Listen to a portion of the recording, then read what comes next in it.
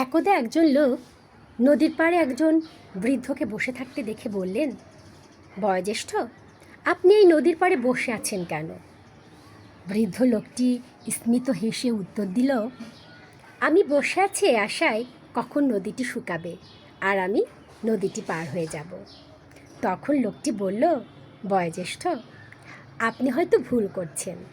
আপনার জীবন শেষ হয়ে যাবে, কিন্তু নদীটি শুকাবে কিনা সন্দেহ আছে। তখন বৃদ্ধ লোকটি হেসে বলল যে আমি মানুষকে এটাই বোঝাতে চাই যে মানুষের কবে দায়িত্ব কর্তব্য শেষ হবে তারপর সে ঘোরাঘুরি করবে, আনন্দ করবে, সবার সাথে দেখা করবে, জীবনে যা কিছু অপূর্ণ আশা সেগুলো পূর্ণ করবে। সত্যিই তো তাই, আমাদের জীবন তো নদীর মতো, আমাদের জীবন বয়ে চলবে। কবে দায়িত্ব শেষ হবে, কবে জীবনটাকে উপভোগ করব, তেমন তো নয়।